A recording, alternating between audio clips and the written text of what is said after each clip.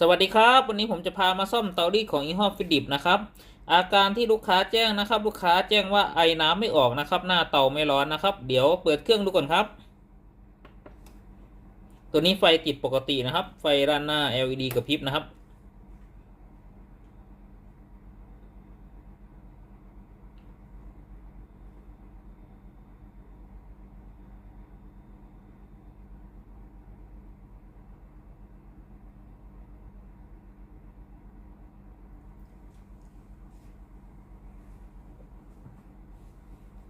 เดี๋ยวลองสัมผัสหน้าเตาดูก่อนครับ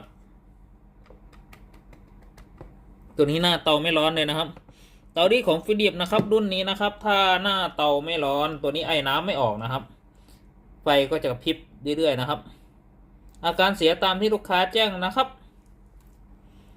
ก่อนแกะภายในตัวเครื่องนะครับเดี๋ยวเรามาวิเคราะห์อาการเสียความน่าจะเป็นก่อนนะครับว่าเราแกะเข้าไปในตัวเครื่องแล้วเราจะซ่อมชิ้นส่วนไหนนะครับถ้าเราแกะเข้าไปในตัวเครื่องนะครับก็ให้เราไปตรวจสอบไฟที่จ่ายออกจากบอร์ดนี่นะครับจะมีไฟ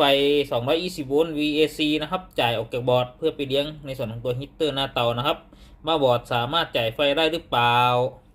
ถ้าบอร์ดไม่สามารถจ่ายไฟได้ก็ให้เราตรวจสอบซ่อมในส่วนของตัวบอร์ดนะครับแต่ถ้าบอร์ดจ่ายไฟได้นะครับก็ให้เรา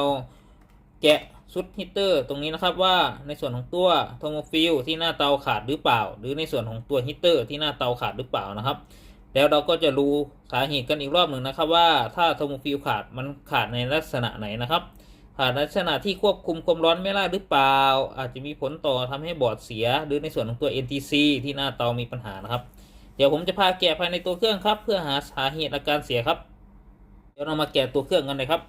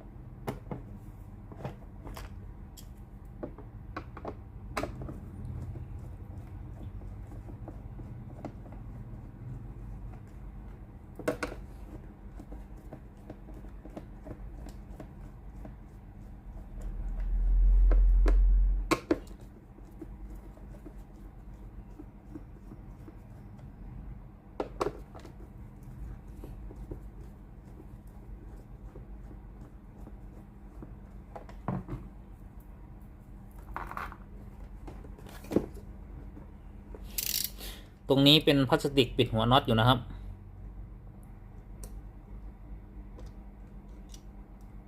ฝั่งนี้ก็มีนะครับแต่ว่าหายแล้วนะ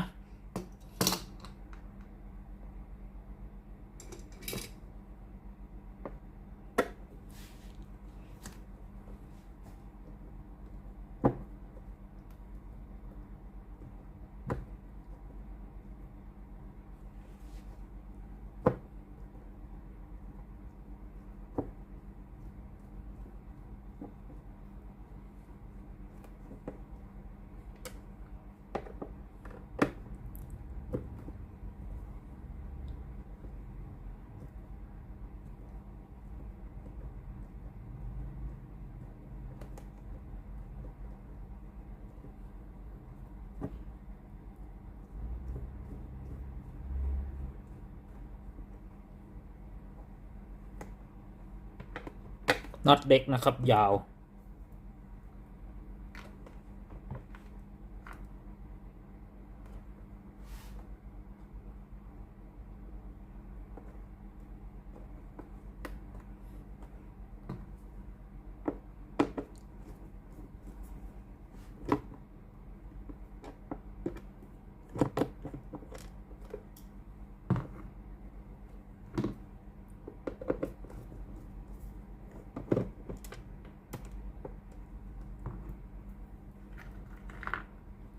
นำโครงบนออกนะครับสไลด์ออกนะ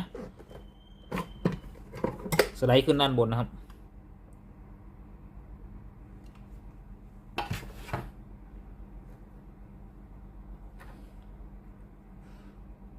ถอดน็อตอีก5 ตัวครับ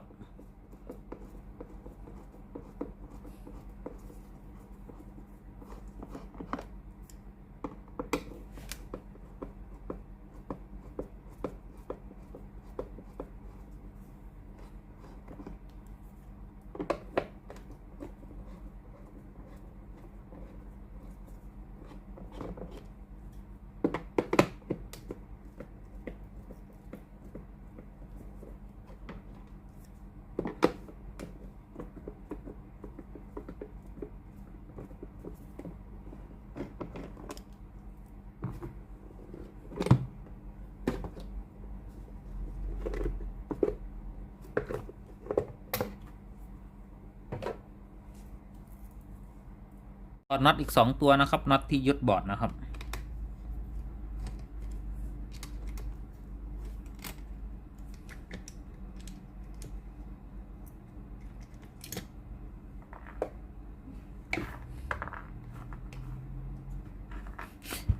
เราก็จะมาดูกันนะครับว่า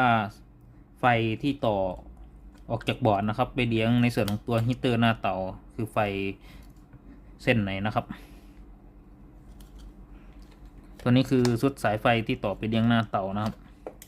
ก็คือซ็อกเก็ตนี้นะครับแล้วก็อีกตัวหนึ่งก็คือสายสีนี้นะครับแล้วก็สายสีน้ำเงินนะครับตรงนี้นะ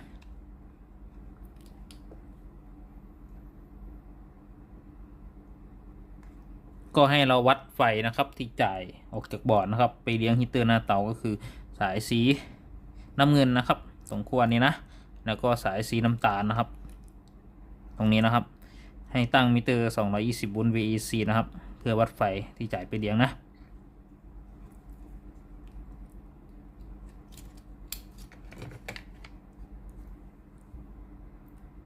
ผมจะพาวัดไฟที่จ่ายไปเลี้ยงฮีเตอร์หน้าเตานะครับที่จ่ายออกจากบอร์ด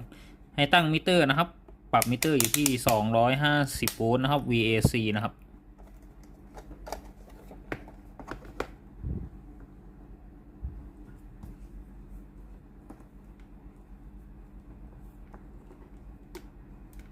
ตัวนี้เป็นไฟ AC ไม่มีขั้วนะครับมิเตอร์สายสีไหนจับก็ได้นะครับ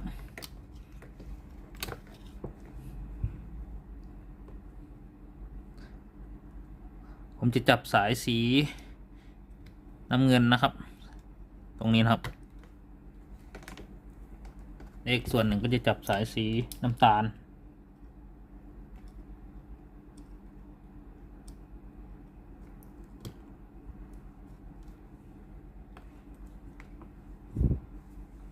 จากนั้นก็เสียบปลั๊กไฟนะครับ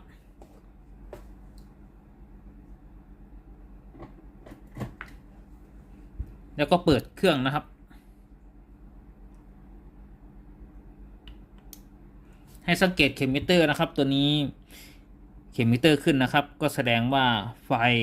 ที่จ่ายออกจากบอร์ดมีนะครับคือไฟ220 โวลต์ VAC นะครับก็แสดงว่าบอร์ดตัวนี้สามารถจ่ายไฟไปได้นะครับแต่เราอย่าเพิ่งตัดประเด็นบอร์ดไปนะครับว่าบอร์ดตัวนี้เสียหรือเปล่านะเราต้องแกะรูในส่วนของตัวฮีเตอร์หน้าเตาขาดหรือเปล่าหรือในส่วนของตัวโทโมฟิลขาดหรือเปล่าถ้าโทโมฟิลขาดนี่นะครับเราต้องไปดูว่ามันขาดยังไงนะครับขาดแบบจากเลยหรือเปล่าถ้าจากเลยก็บอร์ดในส่วนของตัว DDC ดำตัวนี้อาจจะมีปัญหาด้วยนะครับหน้าคอนแทคชอบค้างก่อนที่ผมจะพาแกะตรวจสอบฮีเตอร์หน้าเตาฝั่งนั้นนะครับเดี๋ยวเรามาวัดโอห์มคร่าวๆก่อนนะครับโอห์มสายไฟที่ต่อเป็นหน้าเตานะครับเดี๋ยวถอดซ็อกเก็ตตัวนี้ก่อนนะครับ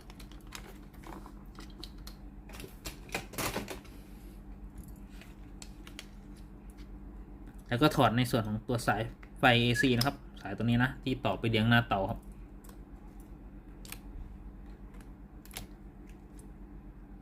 ฝั่งหนึ่งนะครับเปิดสายนี้นะครับ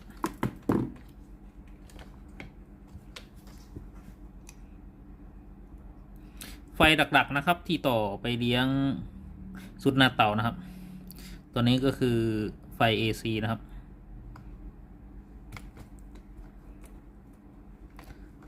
ตัวนี้เส้นสีน้ำเงินนะครับแล้วก็สายสีน้ำตาลนะครับนี่คือไฟ220 โวลต์นะครับที่จ่ายออกจากบอร์ดไปเลี้ยงฮีเตอร์หน้าเตาส่วนสายสีดำตัวนี้นะครับก็คือไฟคอนโทรลจากตัวสวิตช์จ่ายน้ำล้านหน้านะครับที่มาคอนโทรลให้ในส่วนของตัวบอร์ดตัวนี้นะครับเพื่อให้บอร์ดตัวนี้ควบคุมการจ่ายไฟไปเลี้ยงในส่วนของตัวปั๊มน้ำตัวนี้นะครับคือไฟที่จ่ายออกจากสวิตช์นะครับส่วนตัวสายสีเทาตัวนี้นะครับสีเทานี้ก็คือ LED ล้านหน้าตัวเครื่องนะครับส่วนสายสีขาวตัวนี้นะครับก็เป็นเซนเซอร์ที่หน้าเตานะครับเซนเซอร์ NTC นะเดี๋ยวเราจะมาวัดคร่าวๆกัน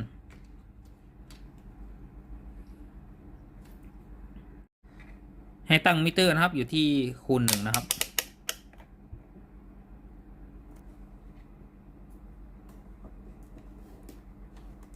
เวลาเราวัดสายนะครับสายมิเตอร์สายสีแดงนะครับจับ ตัวน้ำเงินนะครับเป็นดักจี้ไว้ตลอดเลยนะครับจับไว้เป็นดักเลยแล้ววางไว้นะครับตัวนี้ครั้งแรกผมจะพาวัดในส่วนของตัว LED ก็คือ LED ตรงนี้นะครับ LED แสดงผลตรงนี้ที่หน้าเตานะครับว่าขาดหรือเปล่าจับสายสีเทานะครับคู่กับสายสีน้ำเงินสังเกต LED นะครับ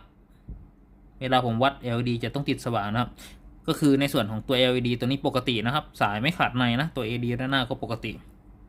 แล้วก็จะวัดในส่วนของตัวไมโครสวิตช์นะครับคือสวิตช์จ่ายน้ำนะเวลาเรากดจ่ายน้ำว่าปกติหรือเปล่าวัดสายสีน้ำเงินเป็นดักเหมือนเดิมนะครับคู่กับสายสีดำนะตรงนี้นะครับเราก็กดสวิตช์จ่ายน้ำนะครับตรงนี้เข็มมิเตอร์จะต้องขึ้นนะครับถ้าสวิตช์ดีสังเกตเข็มมิเตอร์นะครับ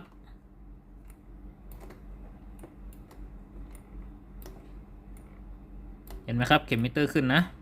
จะมีความต้านทานหน่อยนะครับ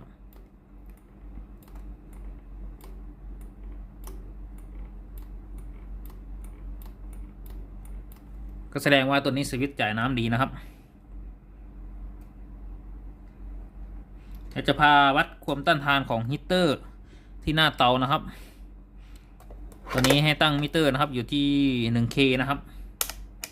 ตั้งอยู่ที่ 1K เลยนะครับจับสายสีน้ำเงินเข้มเป็นดักเหมือนเดิมนะครับได้วัดกับสายสีน้ำตาลนะครับ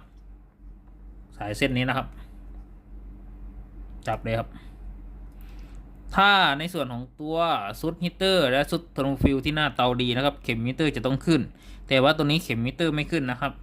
ก็ให้เราไปตรวจสอบในส่วนของตัวเทอร์โมฟิลหน้าเตาขาดหรือเปล่าหรือในส่วนของตัวฮีเตอร์หน้าเตาขาดหรือเปล่าครับทำไมมันถึงไม่ร้อนเพราะว่ามีไฟจ่ายออกจากบอร์ดเนี่ยนะครับเดี๋ยวผมพาแกะซุดหน้าเตานะครับเดี๋ยวจะพาแกะซุดหน้าเตานะครับเพื่อตรวจสอบในส่วนของตัวเทอร์โมฟิลและฮีเตอร์ที่หน้าเตาครับ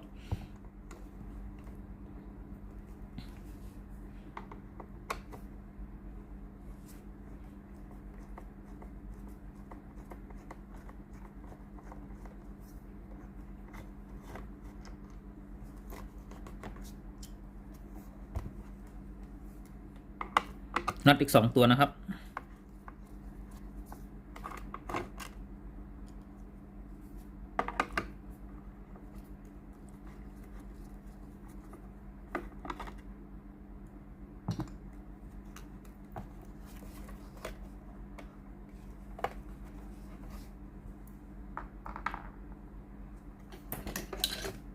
ตรงพลาสติกสีขาวๆนี่นะครับมีน็อตซ่อนอยู่นะครับ2ตัว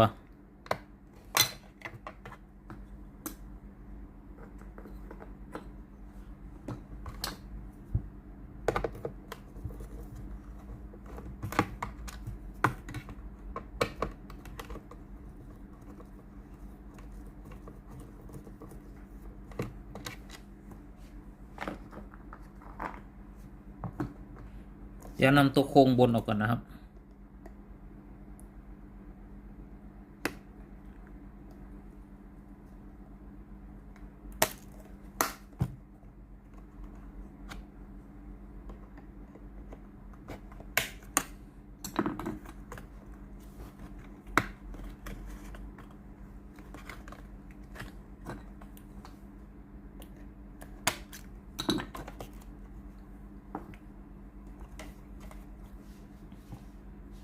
ตัวนี้ถอดน็อตอีก2ตัวครับ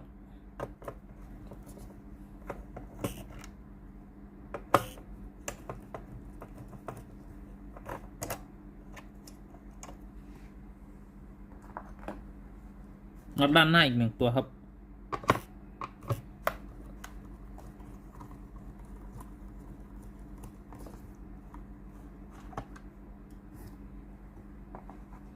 เดี๋ยวนำสายแพรก่อนครับสายแพรตรงนี้นะครับตัวนี้เป็นตัวล็อกนะครับกดตัวนี้แล้วก็ดึงออกนะครับเดี๋ยวเอาโค้งขึ้นครับ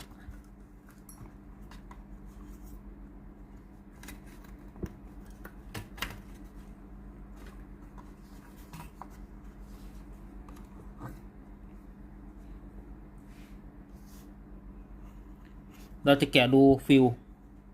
ข้างล่างนะครับ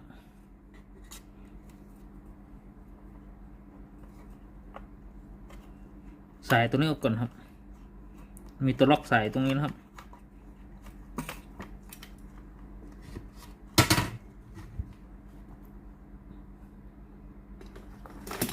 ขันน็อตด้านหน้าเตาอีก1 ตัวครับ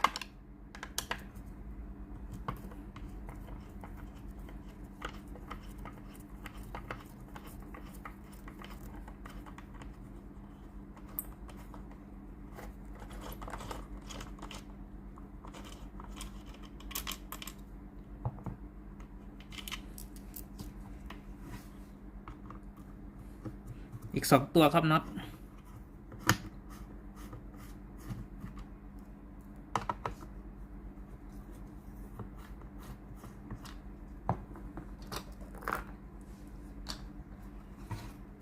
เอายางออกก่อนนะครับ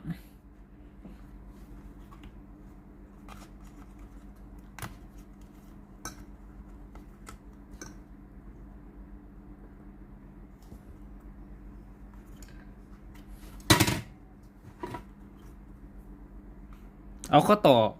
เอาก่อนนะครับข้อต่อตรงนี้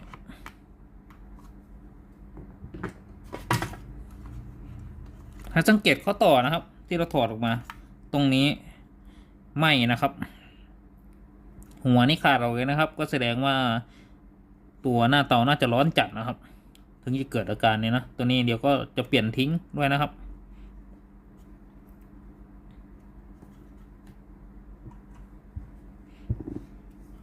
เดี๋ยวนำสายไฟที่เกี่ยวข้องออกก่อนนะครับถ้าใครจะแกะซ่อมนะครับไม่รู้ว่าสายไหนอยู่ตรงไหนรบกวนถ่ายรูปเก็บไว้นะครับ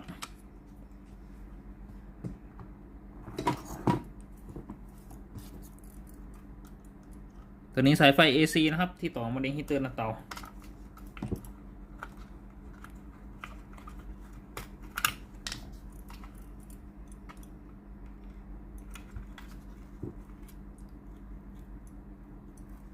ตัวนี้ก็เป็นสายไฟ AC อีกเส้นหนึ่งนะครับ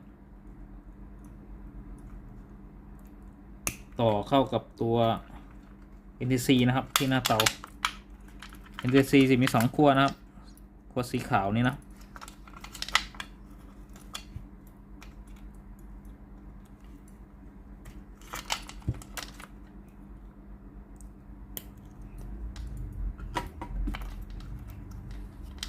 เดี๋ยวนำโครงสีขาวตัวนี้ขึ้นมาก่อนนะครับ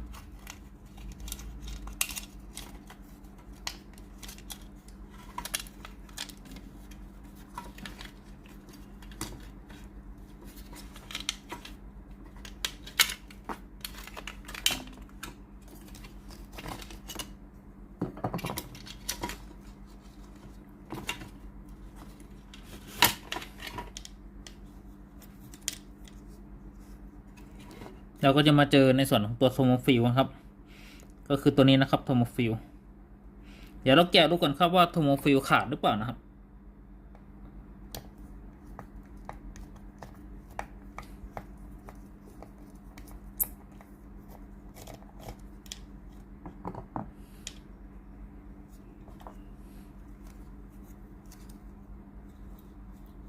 จะมาดูโทโมฟิลด้วยตาเปล่านะครับ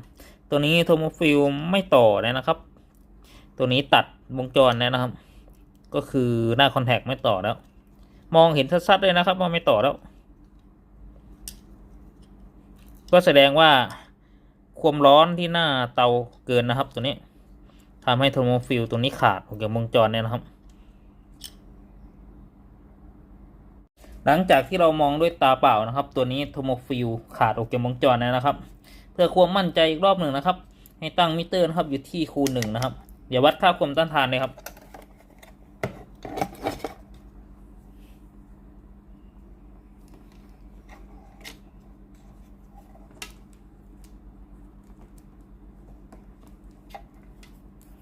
ตัวนี้วัด2 ขั้วนะครับขั้วฝั่งนี้กับฝั่งนี้นะครับ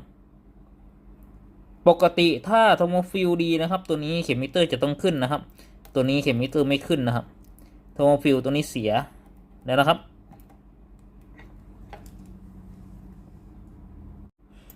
สาเหตุที่จะทำให้โทโมฟิลตัวนี้นะครับขาดนะก็คือหน้าเตาร้อนเกินนะครับก็อาจจะเป็นในส่วนของตัวเซนเซอร์ NTC ตัวนี้นะครับค่าความต้านทานไม่ลดหรือค่าความต้านทานไม่ได้นะครับหรือในส่วนของตัวดีเลย์ที่บอร์ดนะครับ ตัวนี้ควบคุมความร้อนไม่ได้นะครับต่อตลอดทำให้หน้าเตาร้อนเกินนะครับซึ่งตัวโทโมฟิลนะครับมันจะมีค่าองศาเขียนไว้อยู่นะครับตัวโทโมฟิลตัวนี้ค่าองศาอยู่ที่255องศานะครับถ้าร้อนเกิน255องศาตัวนี้ก็จะตัดก่อนนะครับเดี๋ยวผมจะพาเทสในส่วนของตัว NTC ตัวนี้นะครับว่าค่าความต้านทานปกติหรือเปล่าเมื่อเจอความร้อนแล้วค่าความต้านทานต่ำลงหรือเปล่านะครับเราจะได้แยกว่าสาเหตุเกิดจากตัวดีเลย์ที่ตัวบอร์ดหรือในส่วนของตัว NTC ตัวนี้เสียได้ทำให้โทโมฟิลตัวนี้ขาดนะครับผมจะพาวัดค่าความต้านทานของตัว NTC ที่หน้าเตานะครับตัวนี้ขออนุญาตใช้มิเตอร์ดิจิตอลนะครับจะบอกเป็นตัวเลขได้แม่นยำกว่านะครับตั้งอยู่ที่ย่านโอห์มตัวนี้คือขา NTC นะครับ NTC ก็คือตัวนี้นะครับขา2ขาสีขาวนะครับตัวนี้ผมวัดค่าความต้านทานอยู่ที่212 k โอห์มนะครับค่าความต้านทานอุณหภูมิห้องปกตินะครับประมาณ25องศานะเดี๋ยวเราจะมาดูกันว่าเมื่อโดนความร้อนแล้วค่าความต้านทานจะเปลี่ยนหรือเปล่านะครับเดี๋ยวผมขออนุญาตใช้มิเตอร์เข็มนะครับในการวัดเพราะว่าจะได้เห็นชัดเจนขึ้นนะครับตั้งมิเตอร์เข็มนะครับอยู่ที่คูณ 1K นะครับ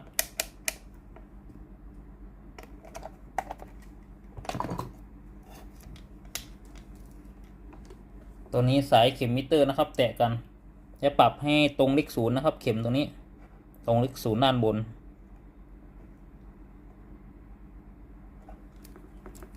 แล้วก็จับที่ขา NTC นะครับ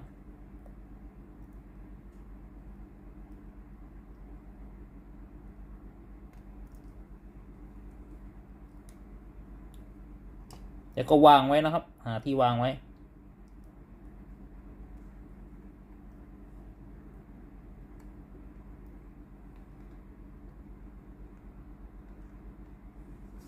ตัวนี้มิเตอร์เข็มนะครับอยู่ที่ประมาณ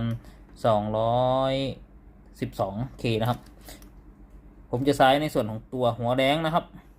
หัวแดงตัวนี้เป็นหัวแดงที่ร้อนเนี่ยนะครับผมเสียบปลั๊กแล้ว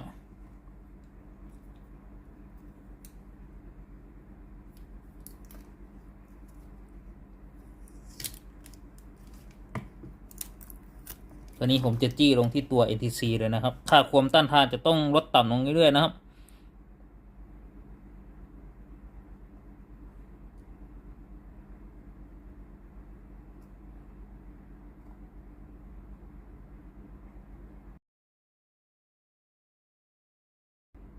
ให้เราสังเกตเข็มมิเตอร์นะครับตัวนี้ค่าความต้านทานเริ่มลดต่ำลงเรื่อยๆนะครับ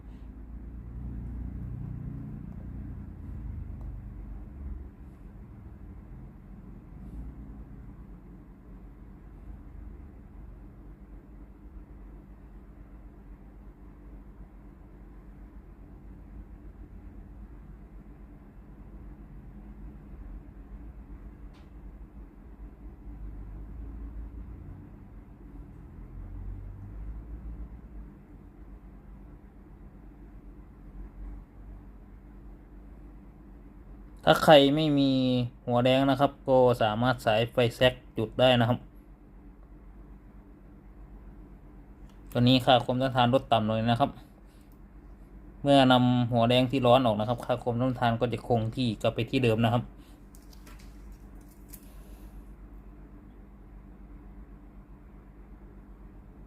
ถ้าสมมติว่าเราไม่มีหัวแดงเราจะทำยังไงนะครับ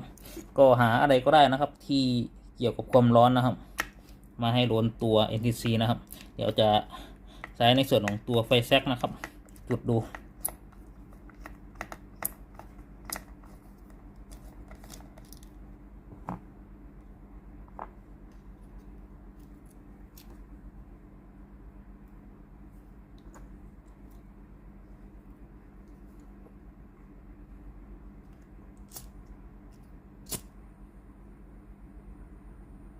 สังเกตเข็มมิเตอร์นะครับตัวนี้เริ่มลดต่ำลงเรื่อยๆเห็นไหมครับ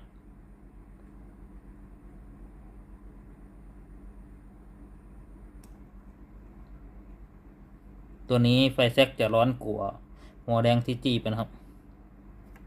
ลดต่ำลงเรื่อยๆนะครับสักพักหนึ่งนะครับค่าความต้านทานก็จะเพิ่มขึ้นคงที่เดิมนะครับ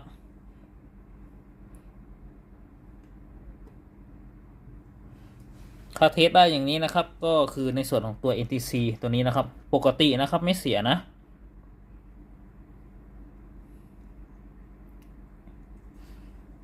ก็น่าจะเกิดจากในส่วนของตัวแผงควบคุมนะครับคือในส่วนของตัวดีเลย์ที่เบาะนะครับน่าจะค้างหน้าคอนแทคค้างนะครับตัวนี้เราก็เจออะไรเสีย1ชิ้นนะครับก็คือในส่วนของตัวโทโมฟิลนะครับ1ตัวแล้วเดี๋ยวจะพาวัดค่าความต้านทานของฮีเตอร์ดูเลยนะครับว่าฮีเตอร์ตัวนี้ขาดหรือเปล่านะเดี๋ยวถ้าโทโมฟิลตัวนี้ไม่เสียเดี๋ยวหาสาเหตุไม่เจอนะครับเผื่อฮีเตอร์ขาดใครไม่เคยวัดในส่วนของตัวฮีเตอร์นะครับ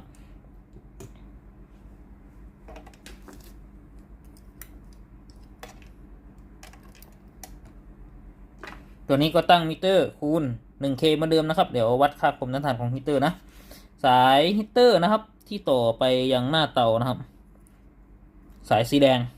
ก็คือสายเส้นนี้นะครับสีแดงแล้วก็สายสีน้ำเงินนะครับที่เราถอดออกคือสายสีนี้นะครับสายสีน้ำเงินแล้วก็จับสายสีแดงฝั่งนี้เลยนะครับแล้วก็จับสายสีน้ำเงินดูความต้านทานนะครับถ้ามีความต้านทานเข็มมิเตอร์ขึ้นนะครับก็คือมิเตอร์ไม่ขาดนะครับเราวัดแค่ขาดไม่ขาดนะครับถ้าอาการไม่ร้อนถ้าวัดแล้วไม่มีความต้านทานหรือเข็มมิเตอร์ไม่ขึ้นเลยนะครับก็แสดงว่าในส่วนของตัวฮีเตอร์ขาดนะครับสมมติว่าเราวัดโทโมฟิลตัวนี้แล้วมันขาดนะก็มีแค่ฮีเตอร์และโทโมฟิลนะครับถ้าฮีเตอร์ขาดก็คือไม่ร้อนโทโมฟิลขาดไฟไม่จ่ายผ่านโทโมฟิลก็ฮีเตอร์ไม่ร้อนนะครับต้องแจ้งก่อนนะครับถ้าเป็นสินค้าที่ส่งซ่อมนะครับตัวโทโมฟิลตัวนี้จะไม่มีจำหน่ายทั่วไปนะครับหาใน Lazada Shopee ดูนะครับถ้าซื้อในส่วนของตัวโทโมฟิลตัวนี้จะแถมในส่วนของตัวฮีเตอร์หน้าเตาให้ด้วยนะครับราคา1,000 กว่าบาทนะ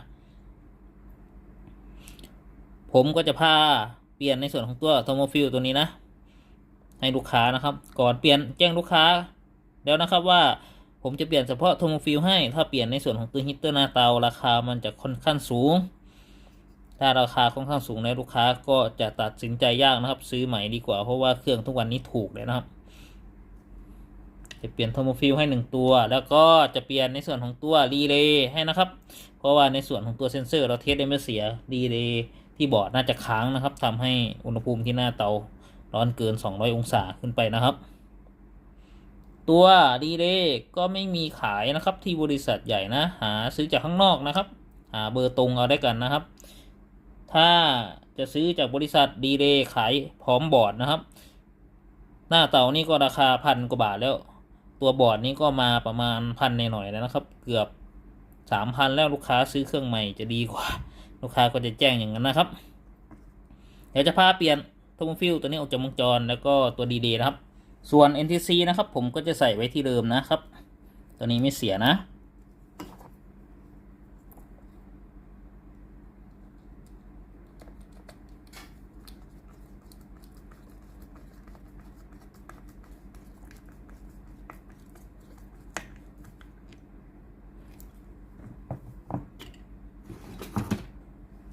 เดี๋ยวก็จะติดพาสเทปทนความร้อนไปด้วยนะครับ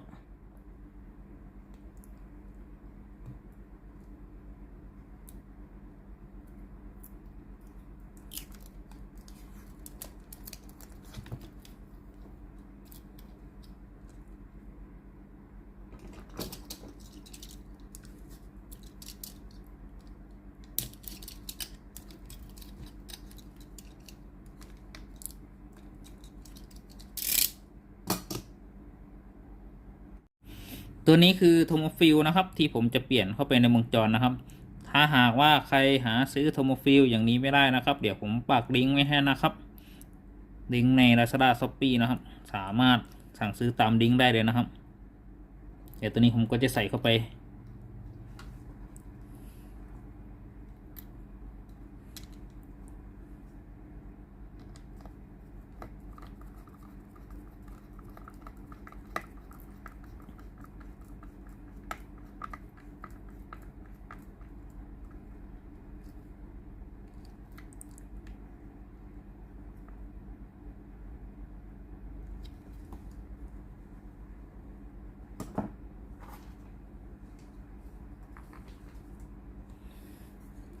ส่วนตัวนี้ทำยังไงนะครับตัวนี้มันจะตาบมานะครับเราก็ตัดเลยนะครับตัดตัวนี้แล้วก็ฝั่งนี้นะครับ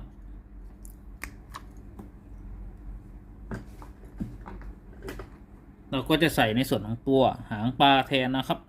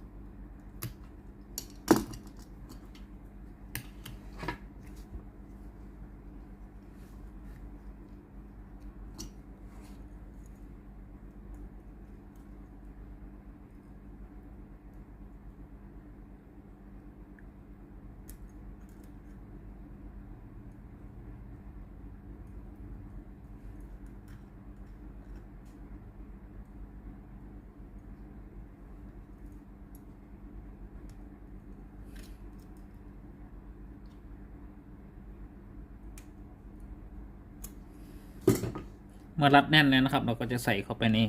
โทโมฟิลเลยนะครับ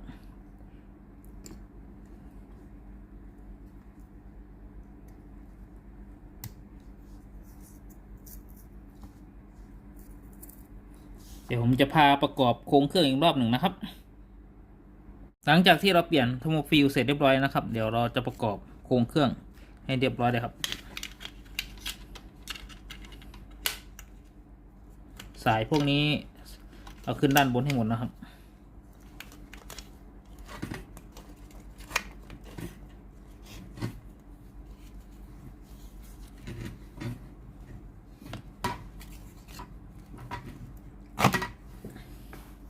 สายเซ็นเซอร์สอดขึ้นด้านบนนะครับมีรูอยู่นะครับตรงนี้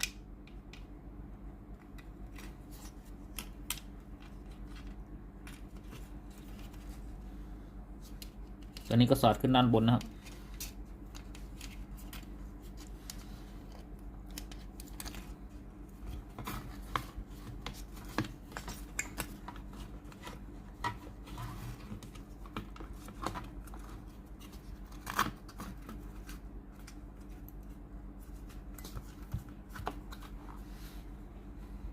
จังก็ยึดน็อตนะครับยึดน็อตด้านหน้าไว้ก่อน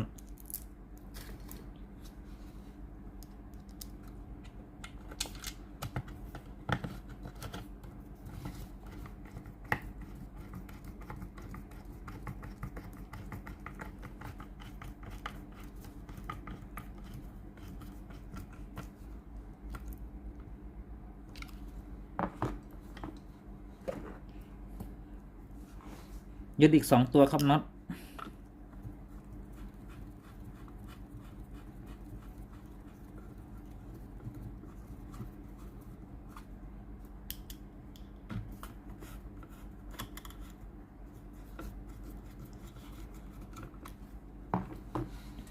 ตอนนี้ก็ใส่ยางล็อกสายไว้ก่อนนะครับ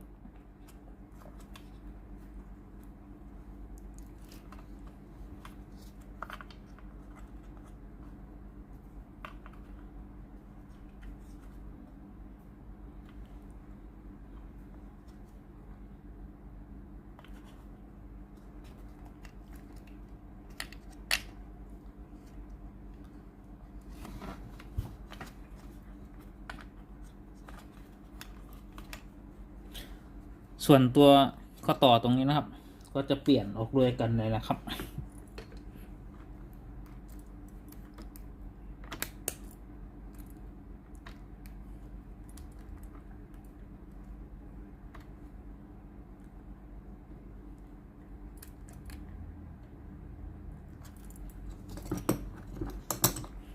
ตัวนี้ก็ค่อยๆรันออกนะครับ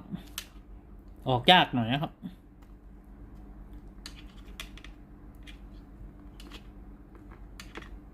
ตัวนี้ก็ถอดออกมาเรียบร้อยแล้วนะครับถอดออกยากหน่อยนะครับตัวนี้ท่อมันเล็กนะครับตัวนี้คือตัวใหม่นะครับที่ใส่เข้าไปตัวนี้ตัวเก่าหัวฝั่งนี้ขาดออกแล้วครับตัวนี้ตัวใหม่ยังดีอยู่ครับส่วนตัวท่อนะครับท่อนี้จะเป็นท่อเล็กๆนะครับปกติจะเล็กตัวนี้นะครับตัวนี้บานเข้าไปในรูข้อต่อเสือนะครับซึ่งรุ่นนี้จะเป็นสาเหตุทำให้ท่อน้ำตันนะครับถ้าน้ำบ้านใครสกปรกมากๆนะครับพวกตะไคร่เยอะๆตันแน่นอนครับ100%ครับเดี๋ยวใส่ตัวใหม่เข้าไปถอดก็ถอดยากนะครับเวลายัดนี่ก็ยัดเข้าไปยากเหมือนกันครับ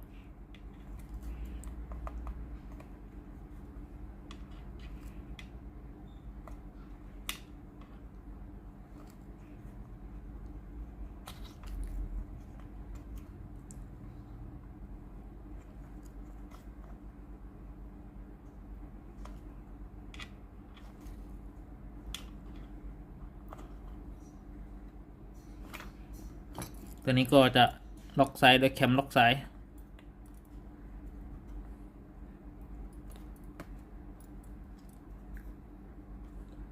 ถ้าไม่ล็อกสายนี่ก็ไม่หลุดนะครับ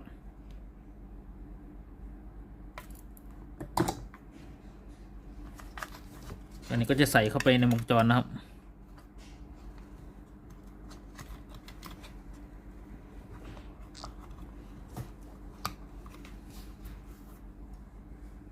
จากนั้นเราก็จะมาจัดในส่วนของตัวสายไฟนะครับ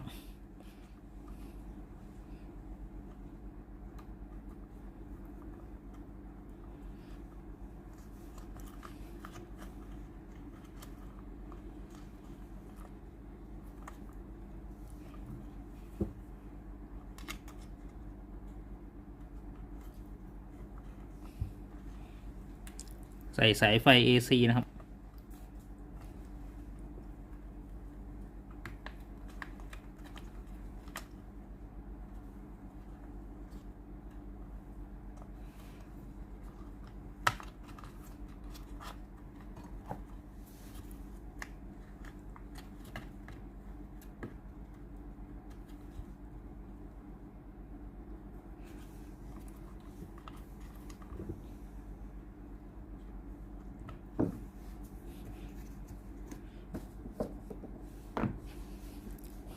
ตัวนี้สายสีน้ำเงินกับสายสีน้ำเงินครับก็ต่อเข้าด้วยกัน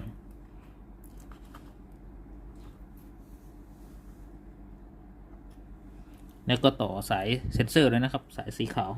รวมกัน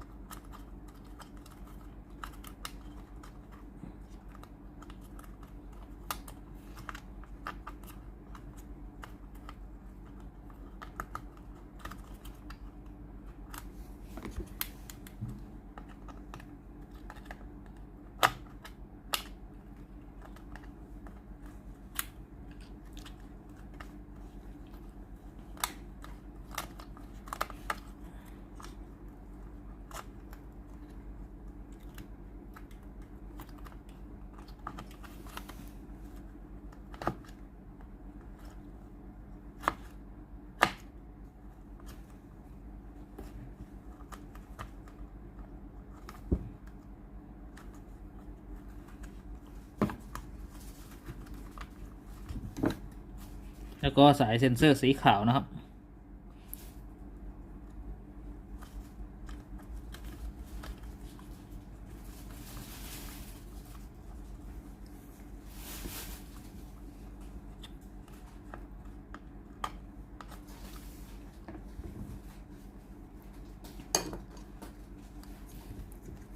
ก็จะจัดสายในลักษณะนี้นะครับ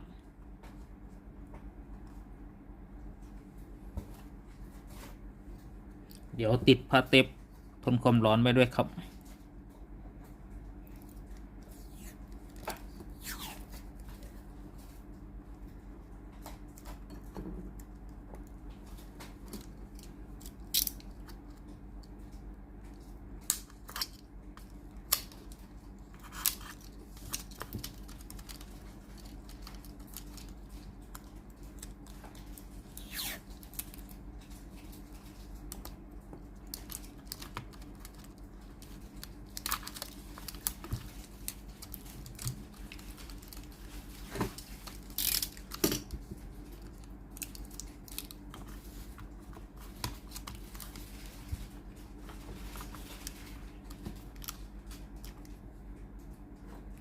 จากนั้นก็จะใส่ในส่วนของตัว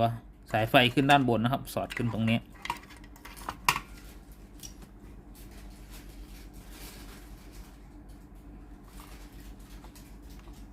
ส่วนตัวยางนะครับก็จะเข้าไปในรูตรงนี้นะครับ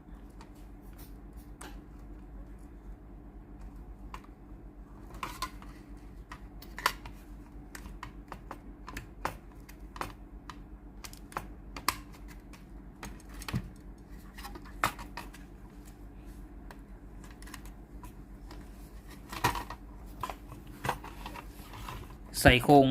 เข้าไปนะครับฝั่งนี้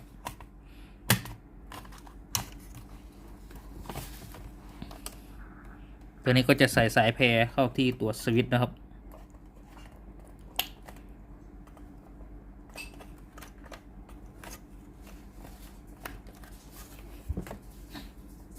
แล้วก็ยึดน็อตด้านหน้าหนึ่งตัวครับ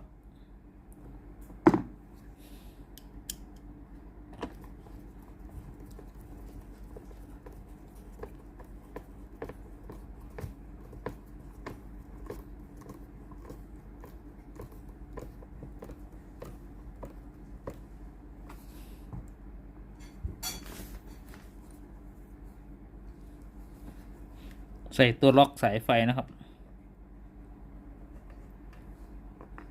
ยึดน็อตอีก2 ตัว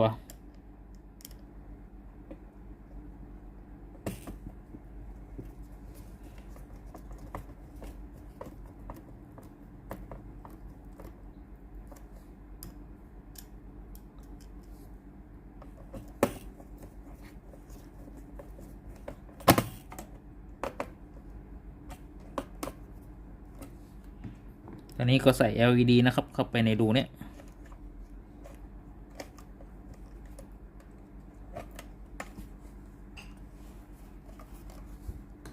จากนั้นก็ใส่โครงด้านบนนะครับ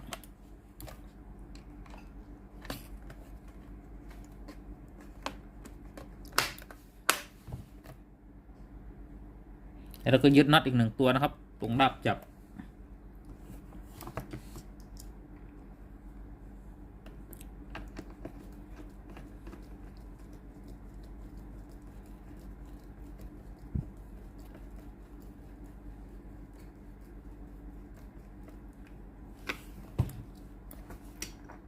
ยึดน็อตอีก2 ตัวครับ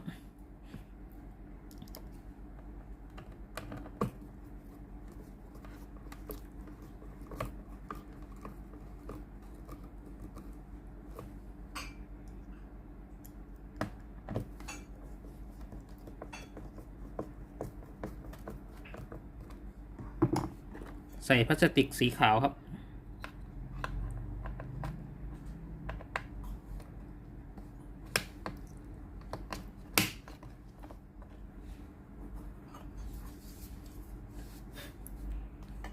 จากนั้นเราก็จะใส่พลาสติกสีขาวสีนี้นะครับ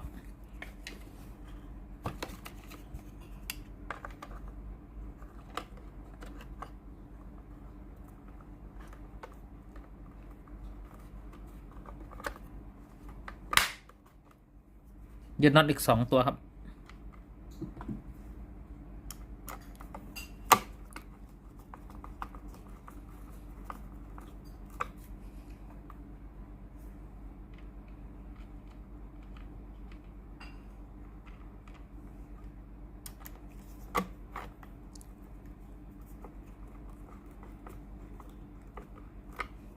ตัวนี้เราก็จะประกอบชุดหน้าเตาเสร็จเรียบร้อยแล้วนะครับเดี๋ยวพาเปลี่ยนดีเลย์ฝั่งที่เป็นบอร์ดนะครับตัวนี้ผมก็จะพามาเปลี่ยนดีเลย์ฝั่งที่เป็นบอร์ดนะครับคือดีเลย์ตัวสีดำนี่นะครับตัวใหญ่นี่นะถอดออกจากวงจรนะครับแล้วก็เปลี่ยนตัวใหม่เข้าไป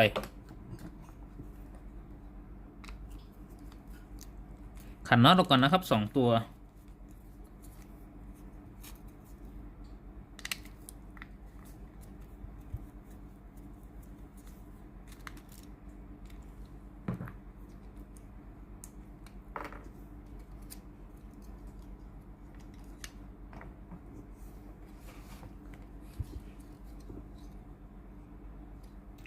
ดีเลย์ตัวนี้มี4ขานะครับ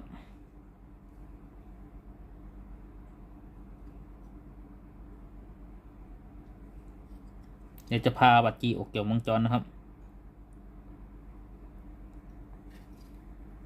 เดี๋ยวให้ดูขาดีเลย์นะครับขาดีเลย์ตามที่ผมวงกลมไว้เนี่ยนะครับขาที่เราจะต้องถอดนะครับ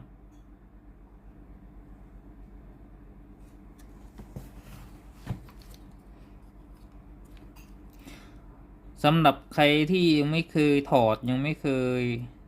ใช้ในส่วนของตัวหัวแดงนะครับตัวตะกั่วนี้นะครับมันจะเป็นตะกั่วมาจากโรงงานนะครับ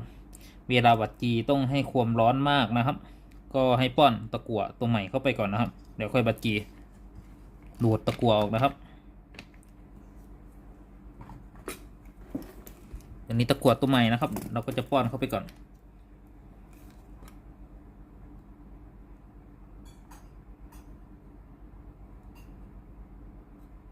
ตัวนี้เป็นปิ้น2หน้านะครับจะค่อนข้างถอดยากหน่อยนะครับระวังปิ้นขาดนะครับถ้าหน้าใดด้านหนึ่งไม่ถึงกันตัวนี้เครื่องไม่ทำงานเลยนะครับไฟไม่ต่อเลย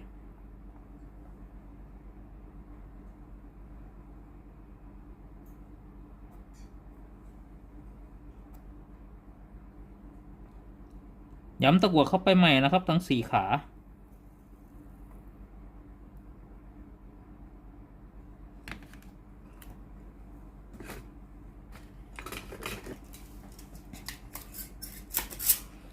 แล้วเราก็จะใช้ความร้อนนะครับที่ตัวขาดีเลย์ใช้ความร้อนมากหน่อยนะครับให้ตะกั่วละลายแล้วก็ดูดออกนะครับ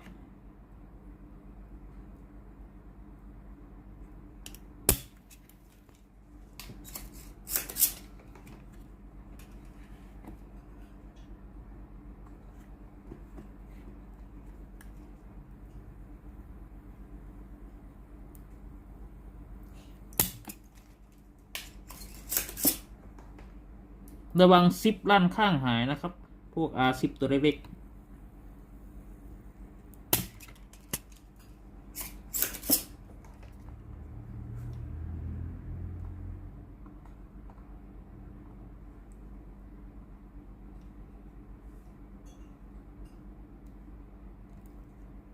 หลังจากที่เราดูดตะกั่วออกนะครับเราก็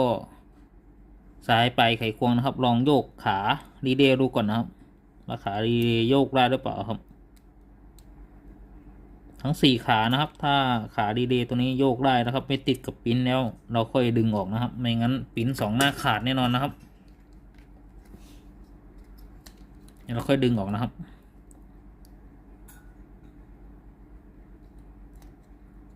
ตัวนี้ก็จะถอดออกมาได้นะครับเป็นปิ้น2หน้าครับด้านบนแล้วก็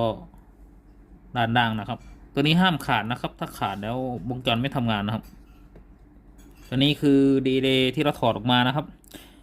เบอร์ดีเลย์จะเขียนได้ว่า ALE 7PB 24นะครับสาย24โวลต์นะครับ16แอมป์ตัวนี้คือดีเลย์ตัวใหม่นะครับที่ผมจะใส่เข้าไปในวงจรเป็นดีเลย์24โวลต์นะครับ16แอมป์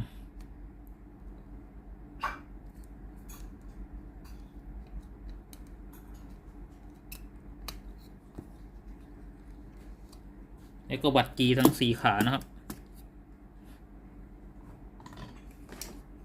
ยึดขาไว้ก่อนครับสักข้างหนึ่ง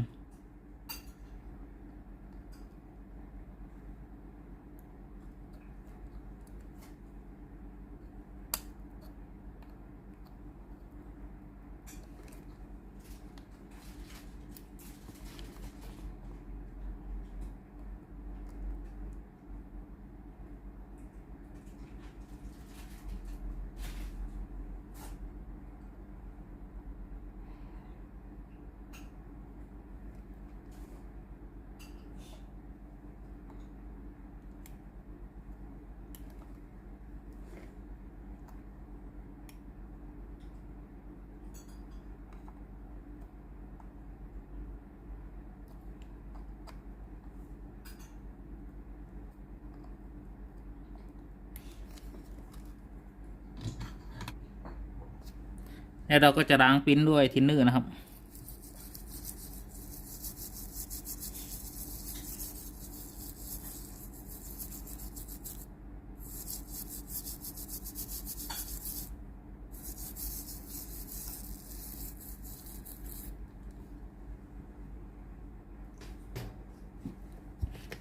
จากนั้นก็จะใส่เข้าไปในวงจรนะครับ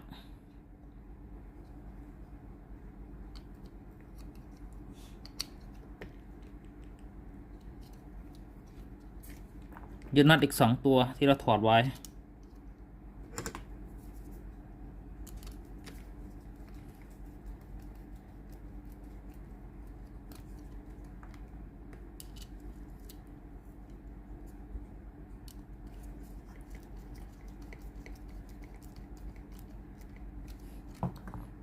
เราก็จะมาใส่สายกันนะครับ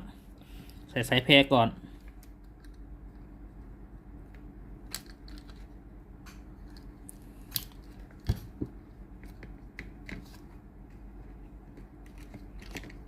แล้วก็สายไฟที่ไปเลี้ยงสุดหน้าเตานะครับใส่รวมมันไว้ก่อน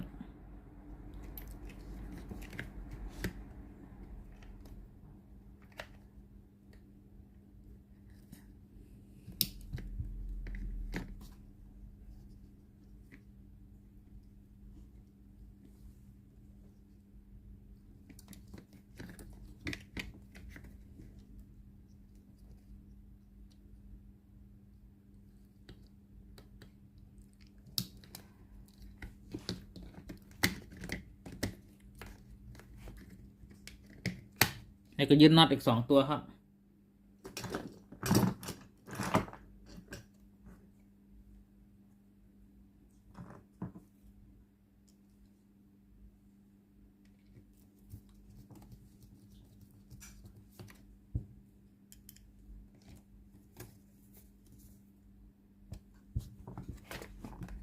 จัดสายไฟให้เรียบร้อยครับ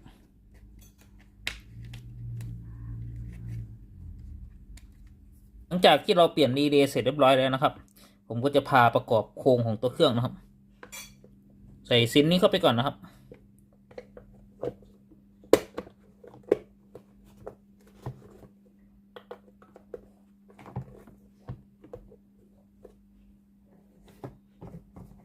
ตามด้วยตัวแทงน้ำนะครับ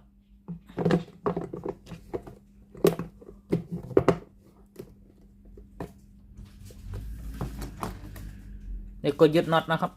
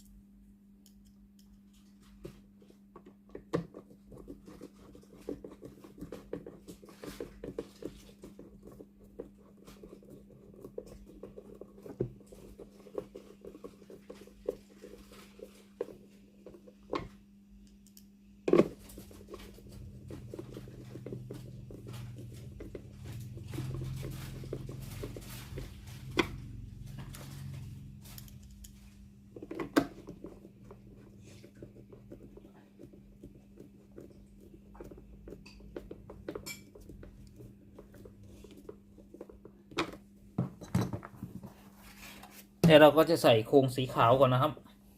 ใส่ยางเข้าไปก่อนยางอยู่ตรงนี้นะครับจากนั้นเราก็จะใส่โครงสีขาวนะครับ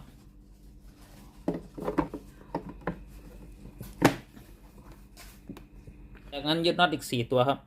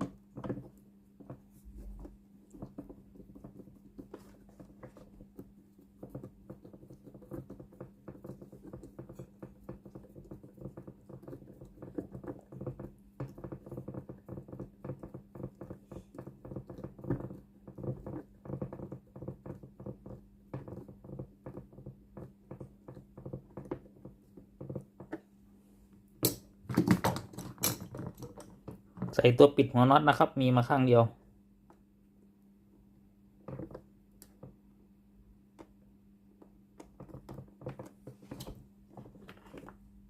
ยืดน็อตอีก2 ตัวครับ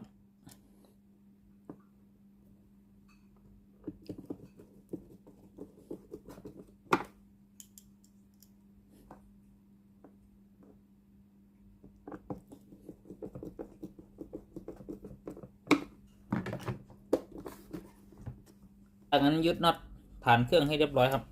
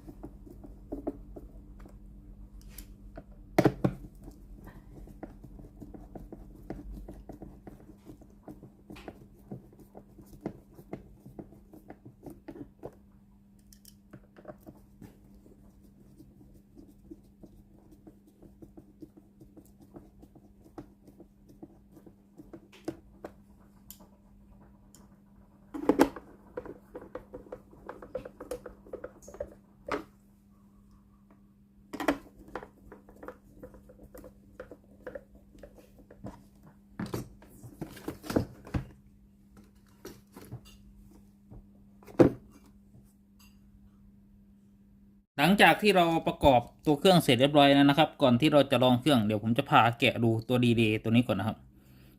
ว่าดีเดย์ตัวนี้เสียจริงหรือเปล่าหน้าคอนแทคสกปรกมากน้อยเพียงใดนะครับ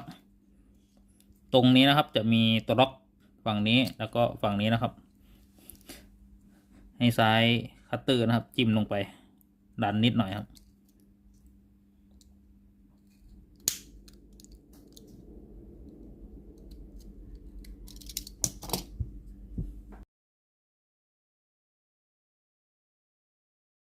เราก็จะมาดูหน้าคอนแทคตัวดีๆนะครับตรงนี้คือหน้าคอนแทคนะครับตรงนี้สปาร์กนะครับตัวนี้ดำหมดแล้วนะครับ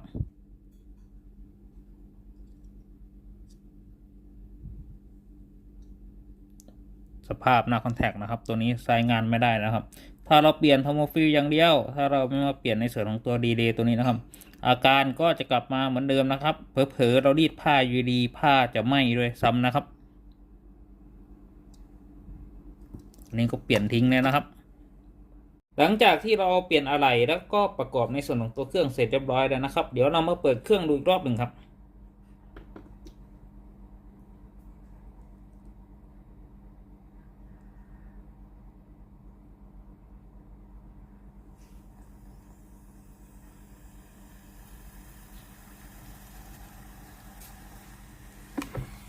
ตอนนี้หน้าเตาเริ่มร้อนแล้วนะครับมีไอ้น้ำค้างที่หน้าเตานะครับตัวนี้หน้าเตาร้อนแล้วเดี๋ยวรอไฟด้านหน้านี้หายกระพริบก่อนนะครับเดี๋ยวจะลองกดปุ่มจ่ายน้ำดู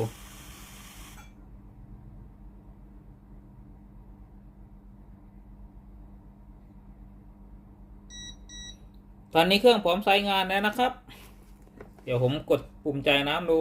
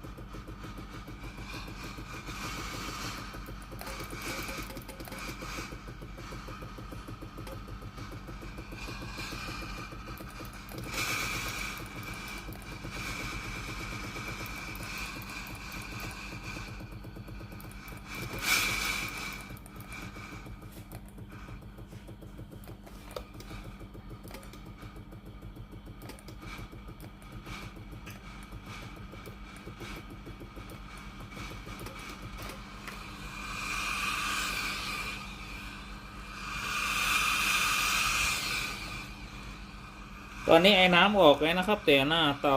สภาพ สกปรกหน่อยนะครับเดี๋ยวผมจะพากดล้างเครื่องดูนะครับล้างทำความสะอาดเครื่องก่อน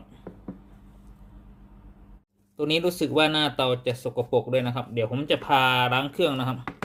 เตารีดรุ่นนี้นะครับเวลาซื้อมานะครับจะมีในส่วนของตัวรองล้างเครื่องนะครับตัวสีขาวๆนะก็ใส่น้ำในแท้งน้ำนะครับประมาณครึ่งแท้งแล้วก็วางตรงที่รองนะครับ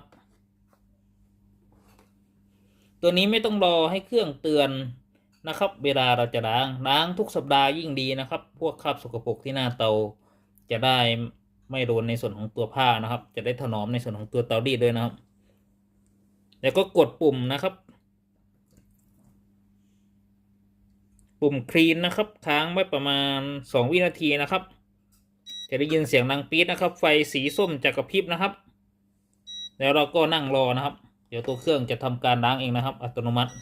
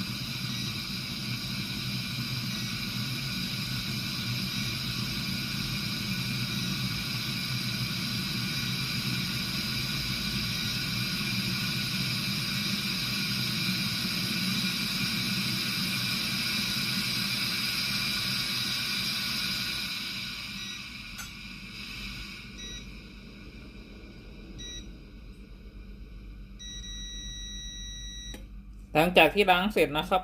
ตัวนี้ไฟก็จะตัดอัตโนมัตินะครับก็คือปิดเครื่องอัตโนมัติ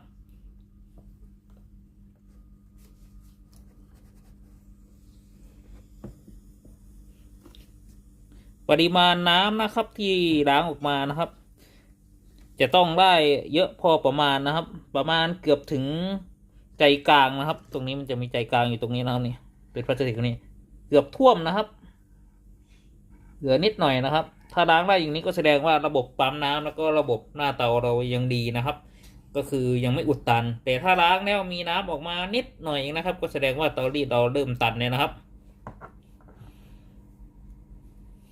ตัวนี้อาการที่ลูกค้าแจ้งว่าหน้าเตาไม่ร้อนไอ้น้ำไม่ออกนะครับตัวนี้ผมก็ซ่อมเสร็จเรียบร้อยแล้วนะครับก็มีอะไรเสียก็คือในส่วนของตัวดีเลย์1 ตัวนะครับแล้วก็โทโมสตัดฟิลนะครับที่หน้าเตานะเสีย1 ตัวนะครับถ้าใครหาอะไรไม่ได้ไงเดี๋ยวผมจะปักลิงก์ไว้ให้นะครับก็สั่งซื้อตามลิงก์ได้เลยนะครับลิงก์จาก Lazada Shopee นะครับขอบคุณครับที่รับชมคลิปวิดีโอครับขอบคุณมากครับ